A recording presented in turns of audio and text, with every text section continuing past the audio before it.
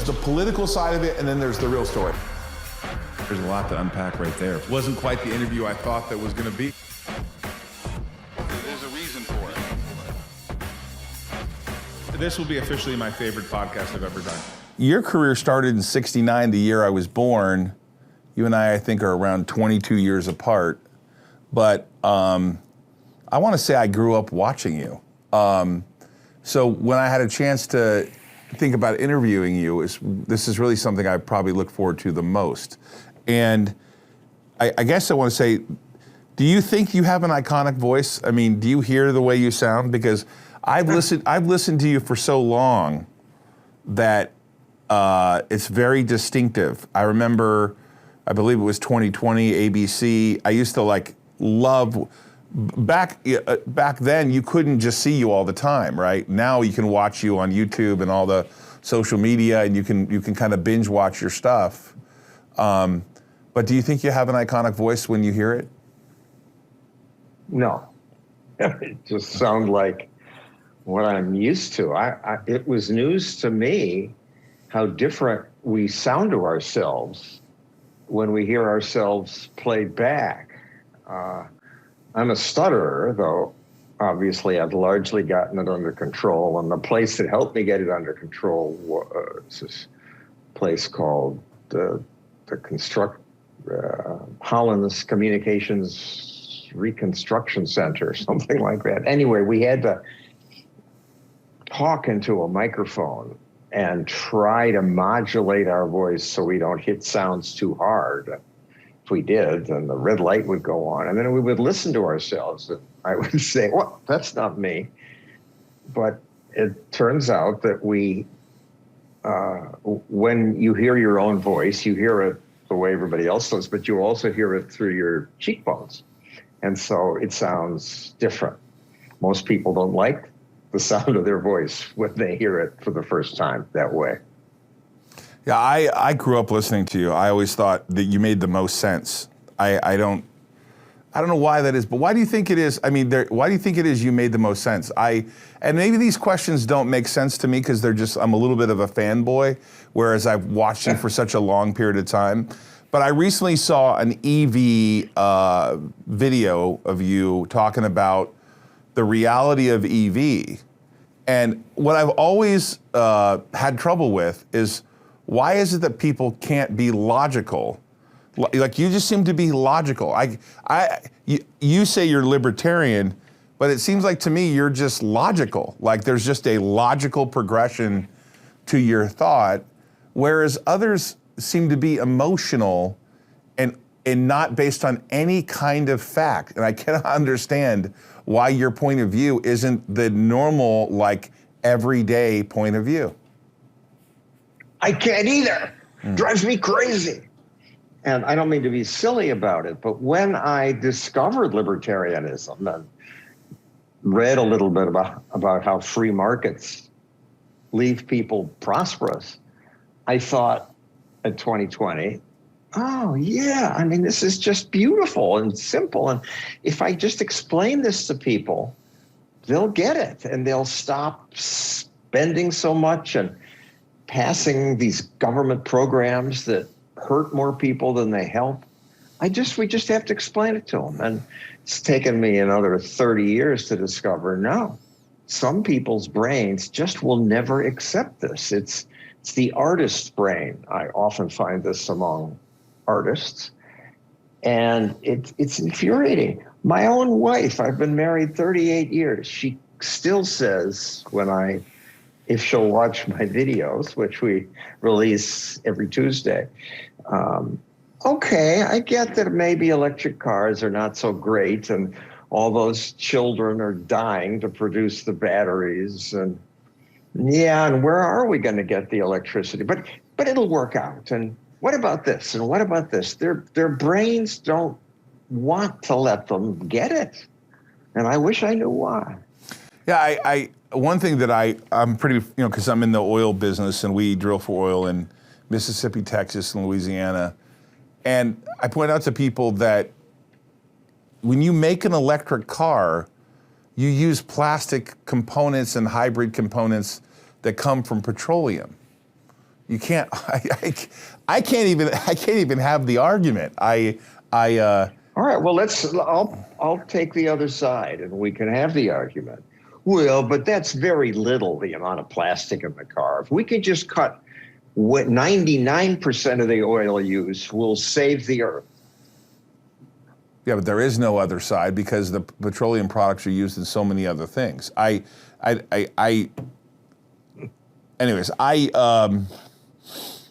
maybe I'm not articulate enough to make the argument to people like you are, but I think that when I continue to watch your videos, logic prevails over everything else. I don't even think, if someone just listened to them, I don't even think that they're biased. But I wanted to go back. I don't think I'm biased. No, I don't think so either. I wanted to go back, obviously, 19 Emmy Awards, 3 books. I wanted to go back to when you were at 2020. That was pretty much an iconic show for a long time, long before social media, et cetera. Do you have like a favorite story that you worked on there? Because I remember, I think I've watched every story. So I'm curious if you had a favorite one. My favorite is Are We Scaring Ourselves to Death? An hour special that I persuaded them to let me do. And I'd been a consumer reporter when I first started, and this is how I became a libertarian, because consumer reporters are always saying, this company's ripping somebody off, the government must do something.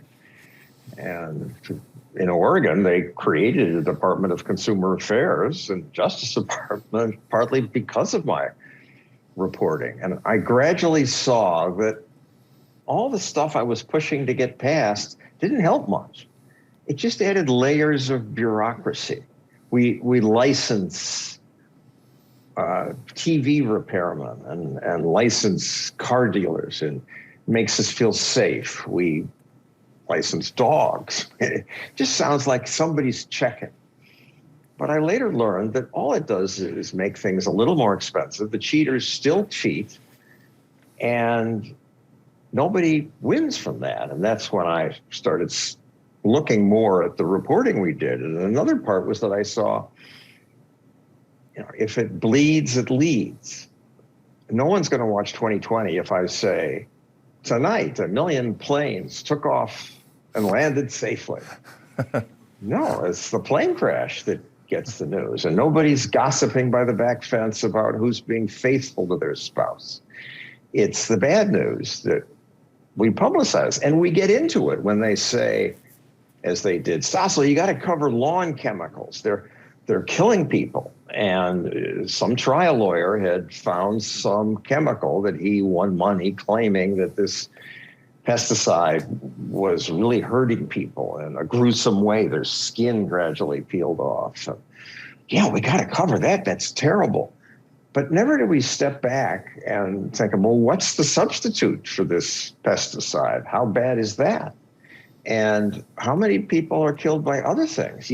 If you're focusing on the ants, you don't pay attention when the elephants are coming. So I spent a lot of time figuring out what kills people in America and made a list on my wall. So I could do things like when they came in with the trial lawyers driven story that big lighters are exploding in people's pockets, setting them on fire. 4 people have been killed in the past 4 years. And it was true.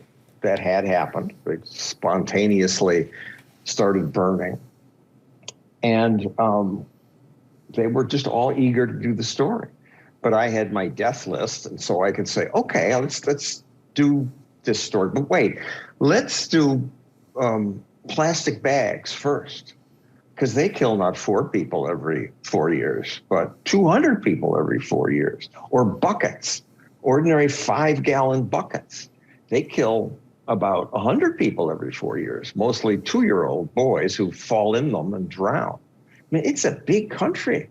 Lots of stuff to worry about. If we scare people about the little stuff, they won't pay attention when the big things happen.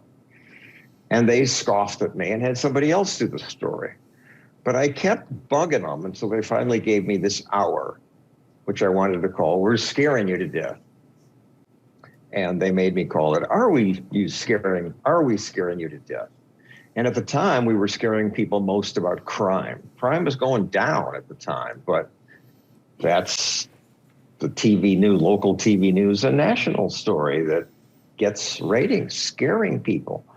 And people who watch the most TV were the most scared. People who go out in the world realize, hey, it's not that bad. And actually, crime is decreasing and accidents are decreasing. Life's getting better.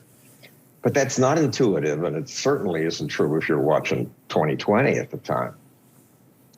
And two producers quit in the course of producing the story. They said, my argument that regulation itself can kill people by making the country poorer, because you look at all the things that kill people, from lawn chemicals to car accidents to even cigarette smoking. And the biggest thing that kills people is being poor. And when the regulation makes it take another month to get the supermarket open or to build a car, that kills people too. And if you really do the math, you see you're often killing more people with regulation than you're saving. They said, these two producers who were typical New York City lefties said, that's not journalism, that's conservative dogma, free market stuff.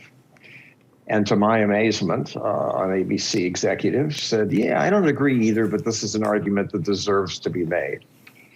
They made me add an extra half hour. It gave me the Nightline slot.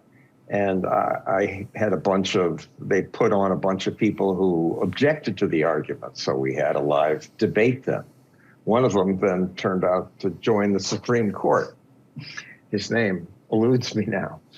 But the show got surprisingly good ratings, and they got thousands of letters from scientists and engineers saying, finally, someone is saying these things in the mass media. And that surprised ABC, and they eventually then, from that show, gave me 3 primetime specials a year. So I got to do more of that, and that's why it's my favorite show. Are they still can you still find them on YouTube? Yes. Scaring ourselves to death. And since I'm on with you, I would like to plug Stossel TV, which is, I left Fox because I wanted to reach younger people. I left ABC because they didn't like this open free market stuff I was doing. And so now I'm doing it on my own like I used to do in 2020, except our attention spans have shortened. So instead of 15-minute stories, I do videos that are about 6 or 7 minutes, but they're researched, and I try to cut the boring parts out. And on YouTube, we release one every Tuesday. Yeah, you don't need to plug it, by the way. I'm going to plug it for you because I watch it. Good. Yeah, don't worry about that. It's going to be all over this podcast. We're going to edit in things from the Stossel TV because I watch it, and that's why I wanted you to be on, because I wondered what you were doing after Fox. Do you monetize? Are you one of those? Are you a YouTuber now? Are you kind of like a Mr. Beast? Do you monetize your stuff?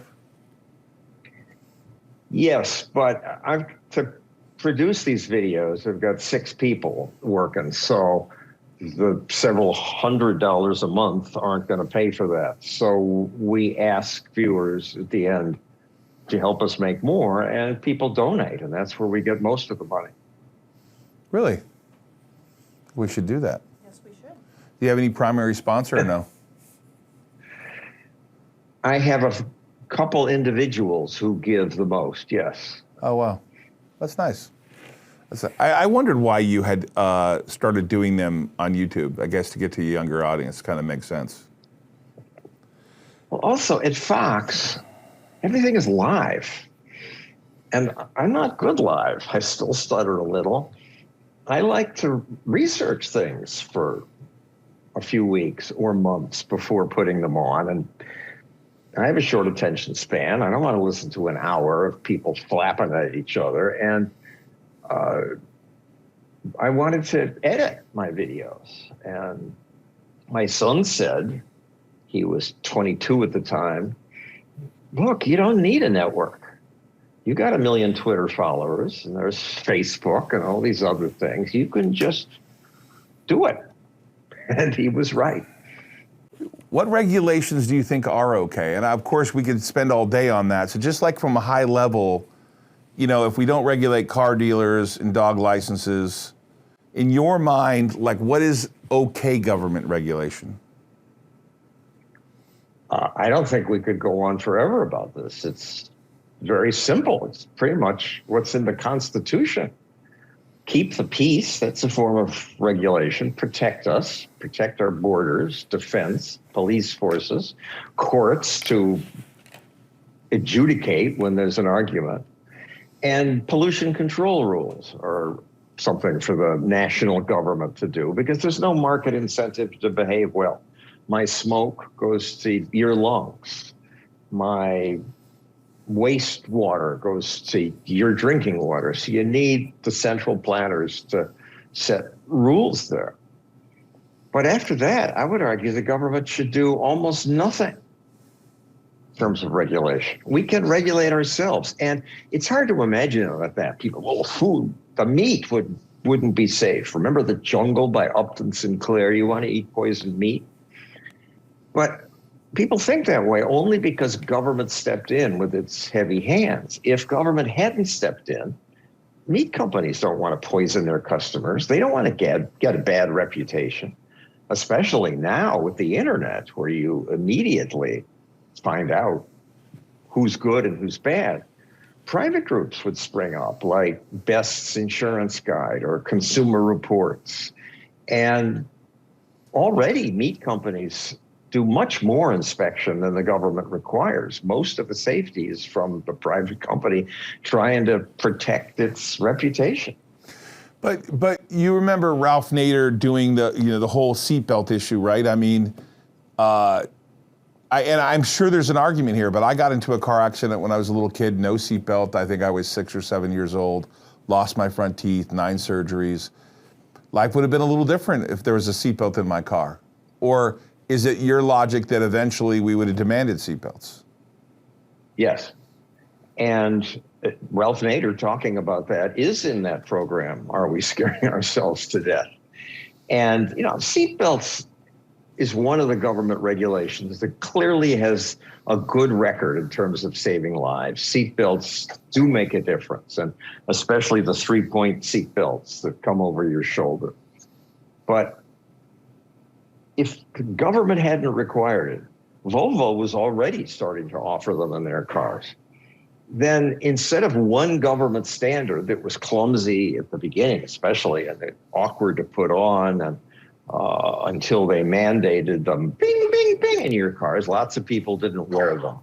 Then instead of one kind of seatbelts, companies would have competed to make the best, most comfortable, easiest to put together seatbelt. And what I would argue would probably have fewer deaths now because the seatbelts would be better and more people would wear them. I saw recently that I think it was Biden signed a law mandating people car companies put something in their car to prevent kids from being left in the car. And it was going to add thousands of dollars to each car. And of course, it's a problem, but it's not a problem that, well, sometimes the solution's worse than the problem, right, in terms of economics. I presume that would be your argument. You're right on. And let's explain it further. It was terrible what happened to those kids, and you want to do something. And so what if cars cost a little more? Well, if cars cost a little more, some people on the margin won't buy the new car, won't be able to, and they'll drive their older car longer. And their older car pollutes more and is much more dangerous. And so I would argue that regulation may kill people. When I just listen to your voice, it reminds me of all the shows I've watched you do. I think it's iconic. I mean, I got to be honest with you, I'm a huge fan. I think that you explain things in a pretty easy, logical way. And I guess maybe it's not as argumentative. Maybe it's just, anyways. Your conversation with Jordan Peterson, who I hope to have on the show someday, who I think a lot of people are fascinated with. I wondered what you thought of Jordan Peterson. I think he is a fascinating person. He was so unfairly maligned when he did take a principled stand. Peterson, for those of your listeners who don't know him, is this Canadian University of Toronto, I think, psychologist who was minding his own business when the Canadian government passed a law making it illegal not to call somebody them or is or whatever they want to be called. It's part of the gender equality movement. And Peterson said, no. I mean, if somebody asked me to, I would probably do it. But the government has no right to order me to speak in a certain way, and I won't do it. And after that, principled position, I think, ignorant leftists started attacking him, interfering in speeches he made, blocking his classroom, screaming at him. And I interviewed him about that. And I just was confused by much of what he said. We talked well over an hour, I think. And some of the stuff he said, I was like, well, wait a second. You're suddenly talking about religion and other things that weren't really the answer to my question. And I go to the edit room and we snip and my question. And finally, I found the part of the answer that I thought made sense, because a lot of what he said, I just didn't get. Now, I obviously am clueless because he gives speeches where young men line up to hear what he has to say. And his books are big sellers. And I mean, I love the way how he answers these nitwit, often British women on lefty programs who ask him unfair questions. And then also, we started to discover that on YouTube, when we run the whole interview that I had edited to pieces, people like that. And I noticed in my Google News alerts, I was getting all this stuff about John Stossel interviews Jordan Peterson. The interview was 2 years ago, but suddenly hundreds of thousands of people are watching it. And the people I play beach volleyball with were saying, hey, I just saw you. You make these videos on TV?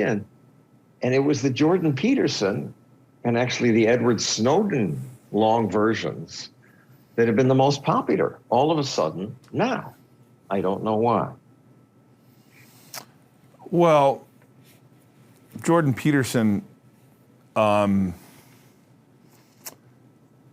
is very much like you in one sense, and that is it's logical, right? Like they want equality, right? You know, women want equality, and I'm not, believe I have 2 daughters, I want them to be equal in any way they want to be equal. But his argument is the measurement system you're using is incorrect. I don't know a lot of females that want to be bricklayers, is his argument, right? 99% of men are bricklayers. So very John Stossel-like arguments, very logical, that we throw out all reason when we deal with males, right? And I have to correct your sentence. It's 99% of bricklayers are men. Not 99% of men are bricklayers. Sorry. Well, it's okay. throw in a little dyslexia for me and probably some improper English, and there you have it. But yes, so I think that, well, if we could go on about this a little bit, and that is, I don't know if it was in the 70s or so when the laws of divorce, especially in California, happened in a way where men and women would get married, and then in a divorce, the woman would get effectively half the assets, lifetime support, etc. But some of the arguments that he's making are, look at the decline of common marriage, right? And how men are getting treated. It's a hard thing because no one really wants to have sympathy for men, right? I mean, you've seen, I think Chris Rock talk about men, dogs, women, and children are the only ones that get unconditional love, and men only get that love when they can provide something. I mean, he's hitting a nerve, right? I mean, for young men who are sort of alienated, right? I have friends of mine. I have a friend of mine who I went to school with, who went to a party, made a mistake, got involved with the wrong female, and ended up going to jail. And then years and years and years later, it turns out the story wasn't true. And so that becomes like, I know that you're probably saying that's a rare thing. It is. In your world, those are rare things. But for the average male, they start to feel like it's a little bit of an uphill battle. And I just think he's hitting a nerve on that. And some of it's very logical. And true. And the young men are not doing well. And I mean, we men die 5-6 years sooner. It's something often ignored. If you look at the obituaries, all these men, he's survived by his wife. Survived by his wife. People ignore that. The divorce change, some of it was good because we men, for whatever reason, tend to be better at hiding money or more venal, hide money better. And many women did get screwed. And often men controlled the money. Interestingly, one 2020 story I did with a psychologist was his point was that, well, men do better financially than the women often after the divorce. The women do better in the most important things. Women rate themselves happier. They have much better lives after the divorce because women have more friends, people who they share intimate stuff with. On average, he said, women have 6 close friends. And men generally had 1, and usually it was the ex-wife. Yeah. So there are so many winners and losers in many ways. Mm. So you can't fly a plane with passengers on it and it be battery powered. There's just some things that aren't physically possible right now. I mean, scientifically possible. So I guess they call it progressive. They call it lack of logic. I don't know what it is, but how do you think we cure it? I hear arguments about the New Deal and we can just print the money whenever we want to. Of course, we're paying that price right now. I was building an apartment building in St. Petersburg. It was 23 stories. It was going to cost $107 million and create 285 apartments. A year later, it's $160 million. I guess we could just print more money to solve that, I guess. But I'm curious as to what you think of the progressive movement. I mean, I assume I know what you're going to say, but some of it is so unlogical that it completely flips around from being totally unlogical that people buy into it. Like it's almost like an alternate universe. Yeah. And to be sexist, more often women than men. And, women and people who work in construction or who try to build things and have to get permission, they understand the problem. They start to live it. But people have lives. They're not thinking about economics and the way you do and I do because it's our career. They're worrying about their families and their sex lives and food. I mean, half the country's on a diet and they're thinking about food all the time. And music and movies and sports and so many other things. Look at the cable TV news shows. The most successful is watched by about 2% of America. So not paying attention is part of it. And you say, well, government can just print more money and build good things. But do they stick around and see what happens to the thing that government built, how badly it works compared to what the private sector built? No, there's this romantic love for socialism among intellectuals mostly. My own daughter's a progressive, and she works in a prison. She's a doctor in a prison. I thought that would cure her. I think it's my fault because I was not a big talker at home at the dinner table, and I should have been, but at least my son understands free market principles. I was really curious as a kid, and so whenever remember, I just think it's important people think only their universe exists, right? So they all look and say, I can watch John Stossel on Stossel TV, I can see him on Instagram, I can see him on Twitter. But for me, I was only able to see you, there were 13 channels. Before that, I think there were 6. And so there was only a very narrow segment. And for most of that segment, if I didn't watch it, and you didn't have a video recorder, we remember back when, you know, video machines were this big and you didn't have them until the late 70s, you were only able to watch at one time. The show was going to be on, you had to remember when it was going to be on, and you better hope that there was no presidential issue or something that was going to usurp the show or whatever, or you could only watch it that period of time. A Barbara Walters interview with a movie actress. Exactly. And She so would come in and say, "I'm sorry, John, I need the whole hour." So people don't remember really the modern, my kids are, you know, a twin boy, girl, 17, son that's 23 and a daughter that's 22 or 24. They have no idea that you used to have to wait for the Charlie Brown special that ran once a year and you couldn't see it again. There was no videotape that you could put in your video recorder. You know, you read a book or whatever, right? So I remember waiting to see you come cover a story. You didn't know what it was going to be about. If you wanted to see when it was on, you had to look at the TV guide, which you had to buy in the store. There was no where to look to see when it was going to be on or if there was going to be a special. But you're on Twitter now, and you can say you can talk 24 hours a day. You have a very big Twitter audience. I'm curious about the insanity that is the media regarding Elon Musk bought it fair and square. He owns it now. Your thoughts on what's going on there? I don't know that I can add much that your listeners haven't already heard, except to say, when conservatives complain that somebody's getting them on these platforms, there is some truth to it. I had 1 million Twitter followers, and then the number gradually went down to 900,000, 90,000, to just below 1 million.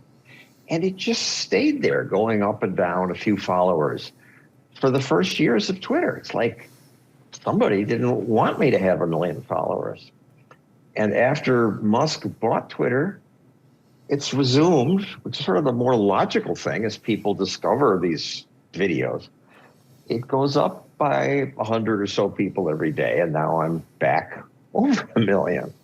So what's that about? Was there some angry socialist who just didn't like the Stossel videos and didn't want them to be in the category of more than 1 million? I don't know. Twitter is a cesspool. There's just a lot of angry, stupid people, but it's also a good way to learn about new things. And good for Musk. Good for Musk for saying, I'm a free speech absolutist. Then it turns out you really can't be, because what about all these people who just want to say, well, I won't say it all day? And so you need somebody to moderate. Yeah, it is a difficult thing. I have I have an interesting following, and I have some people who love me and some people who hate me, and I got a death threat yesterday. But in a weird way, it was like, I better not see you on the street corner or something like this. And I said, well, let's meet up. I didn't get a response, but the actual, I'm in Nevada, so the part that makes me feel good about being in Nevada is if they came into my office, they probably wouldn't make it very far, because in Nevada, you can open carry. And in Nevada, when you rob a liquor store, you don't need to be worried about the guy behind the counter. You need to be worried about the people in the liquor store. And so it's one of the reasons I moved here from California, because it's interesting. This is something I really wanted to bring up to you. Yesterday, Target reported $400 million in shoplifting loss. I actually moved to California mainly because of one thing that happened to me. I was on my way up to a friend's birthday party for his young son, and we stopped to get some champagne, and or something, for my friend and his wife. And he was a 2-year-old. What are you going to get a 2-year-old, right? And we're in Target, and a guy walks in smelling, reeking of something, walks into a Verve Le Clouk area where there's some really nice champagne, puts 6 bottles in a backpack, and just walks out the front door. And I went to the counter on his way out and said, this guy has stuff in his backpack, he's stealing from you guys. They did not one thing about it. They didn't even lift a finger. They said, nothing we can do. You're not gonna take his picture or not let him come back. There's nothing we can do.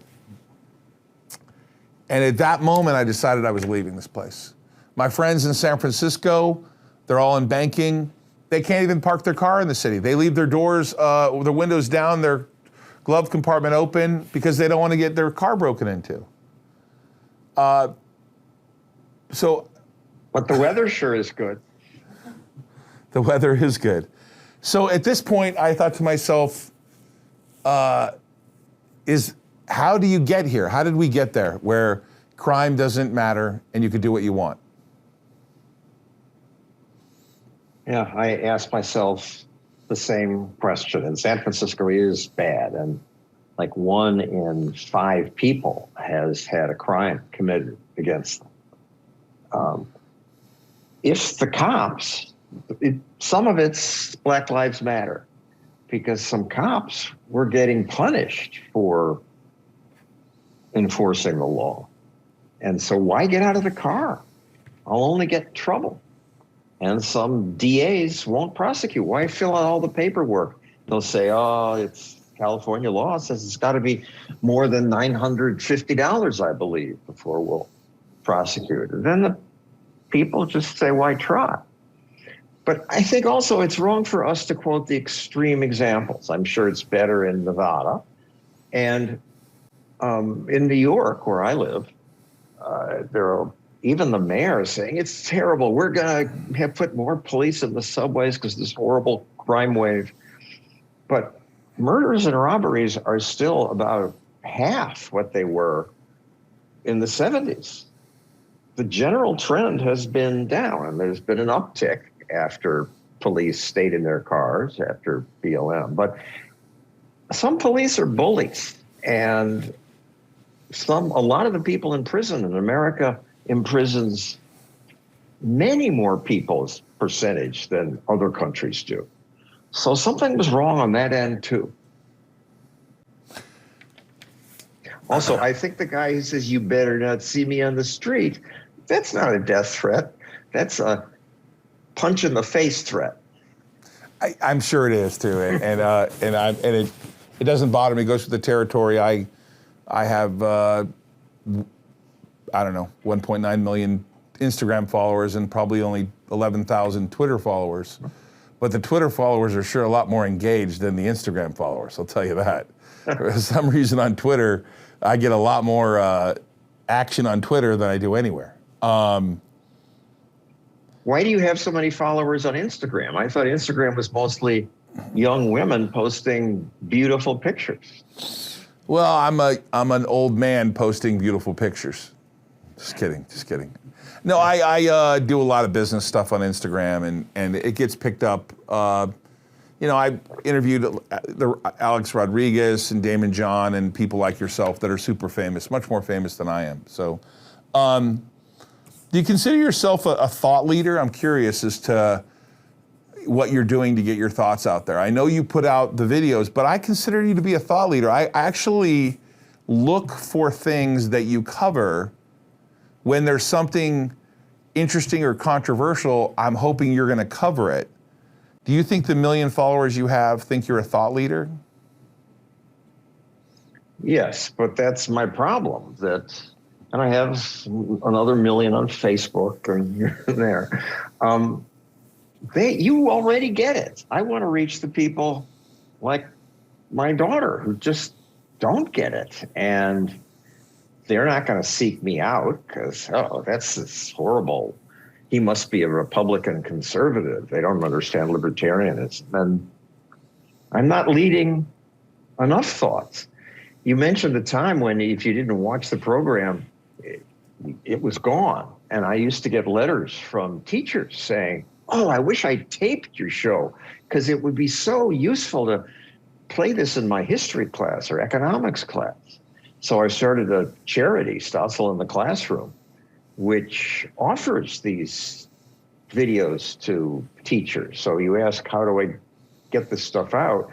We now have about 100,000 teachers who subscribe and play this stuff in classrooms. So that's another several million young people who get to see it and argue about it in class.